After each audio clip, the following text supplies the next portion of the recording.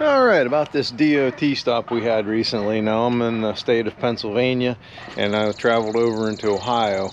And so what this is going to explain is the importance of understanding the laws in different states and how things work. So originally the truck I had was an older F350 13,000 GVW. The trailers I bought are 15,000 GVW. So if you can do your math, you can realize already I'm in trouble with having to go to a CDL. So my dump trailer, my flat trailer, I had the company Appalachian make out the stickers for the weight classification that's down there, and I had them do 13,000 for this trailer and the other trailer. So 13 on the truck, 13 on the trailer. I was good. I was under 26,000 GVW, so that I didn't have to worry about getting a CDL. So now I buy this truck. This truck is 14,000. So I already know I'm going to be in trouble because 14 and 13 are more than 26. So in the state of Pennsylvania, we've got weight classification sticker. So the lady that does my notary and stuff like that, she's really good. She knows what she's doing. And so we discussed it, and she goes, oh, that's what you have to do. Just go ahead and register it as a combination weight for truck and trailer at 26,000 with that classification of 8. I'm good in the state of Pennsylvania. She has fought this before with Ohio and says that we are good in Ohio. But my DOT stop, he says no, he don't care about anything that says about Pennsylvania. I'm overweight. Even though the trailer's empty, the truck's empty. I mean, it's about 11,000 pounds running empty because of my tools and everything. So anyway, now there's $1,000 fine. And he red tagged me. I had to park my trailer. And so do you fight it or not? I mean, maybe I can fight it and get a little less of a fine. Reality of it is in the state of Ohio, those two things have to add up. So what I ended up doing is, being that this is in Ohio, Appalachian Trailers in Salem, Ohio, they actually had made up the sticker before. So now I've got new stickers that I can put on there and have it at 12,000, and I'm still okay with 12,000. I can haul 12,000. That's plenty for me. And so all because of a sticker, I got a $1,000 fine. Had I known that, I would have had this changed a long time ago, because it didn't cost me much for the stickers.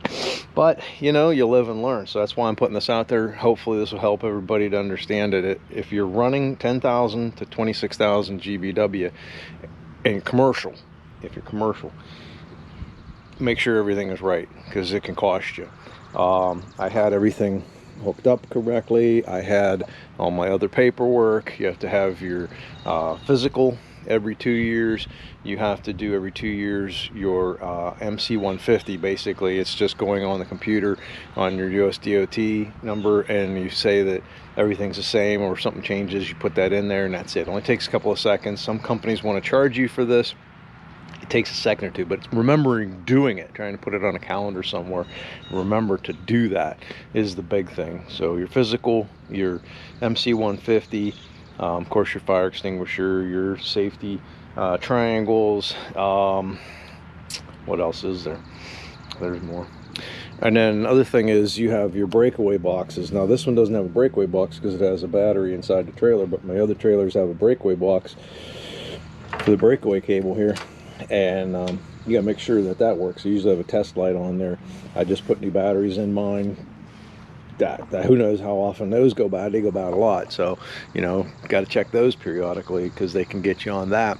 Also in the state of Pennsylvania, we have to have inspections. So I have to get the trailer inspected every year, but then you don't in Ohio. So again, laws are different, and we don't have to do a fuel tax, FIC, I think it's fuel tax, the sticker. We don't have to do that, fortunately, in PA and Ohio. I know you do in Indiana, a few other states. So again, they're all different. Any state you're traveling into, make sure that you know what they want. There's also the United Carriers registration that has to be done every year, and that one, some guys say it's a scam. You never know what to believe or not. But one thing I learned from this DOT stop was that if you go onto your US DOT website and you look under your number, it actually has that United Carriers registration down if you're going to interstate. And so, I think I was paying the wrong place for a while because it was more money. Again, got to watch these scams. So I looked and I found that underneath there, you click on that, it takes you right to the United Carriers site. It was cheaper. I paid it. Everything's fine there. So you got to do that every year. You can almost put this stuff on a calendar to remember. And then one last thing that I found out, because he said, "Do you know why I pulled you over?" And I said, "No, not other than I had a trailer behind me." And he said, "No, it was your rating on your US DOT site." Interestingly, I didn't even know that was on there. There's a number, prominent number on there. Mine was 65, so it could go from 0, I think, to 100. The 65 rating was your, like, your safety rating. How I had such a high number, I have no idea. Without any tickets, without any issues. I've had several stops from the DOT in Pennsylvania, never in Ohio, and every time there's been no issues found with the truck or the trailer or anything. And so how I had that high of a number of risk, or whatever you want to call it, surprised me. So if it's 50 or above, they're more likely to pull you over. So that was news to me. I never knew this before. So anyway, you want to try to get that number down. Now, how you can get that number down, I don't know, because I had perfect record and it was that high. So, and I've been trucking stuff for 10 years without any issues. So anyway, that's an interesting one.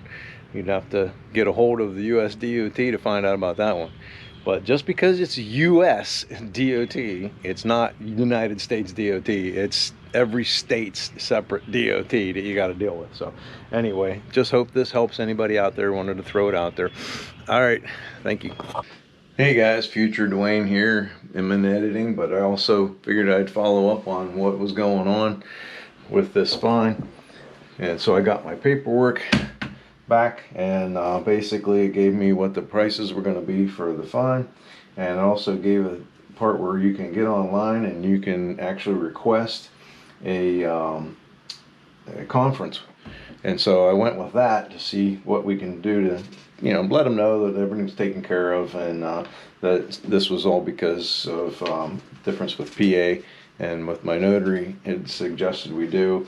So it worked out really nice, because what they did was they set up basically a time whenever the gentleman that actually sent out the paperwork was going to call me. So that was nice, because then that way I was prepared and ready for talking with him.